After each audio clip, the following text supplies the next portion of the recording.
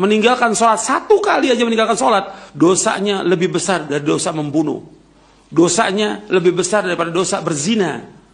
Dosanya lebih besar daripada dosa mencuri. Ini disebutkan oleh Al-Imam Ibnu Qayyim dalam kitabnya As-Shalah wa Hukmu Tarikiha. Besar dosanya yang meninggalkan sholat itu. Yaitu adab buat dia karena dosanya yang besar.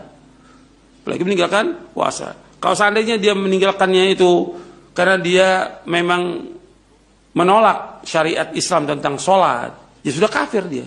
Tapi kalau dia karena kebodohan, karena kemalasan, dia masih meyakini sholat yang lima waktu itu wajib, masih meyakini, dia tetap muslim. Tapi tetap ada akibat dari perbuatan dosanya. Dosanya berat itu, dengan meninggalkan sholat sekali. Belum lagi dosa-dosa yang lain yang dilakukan.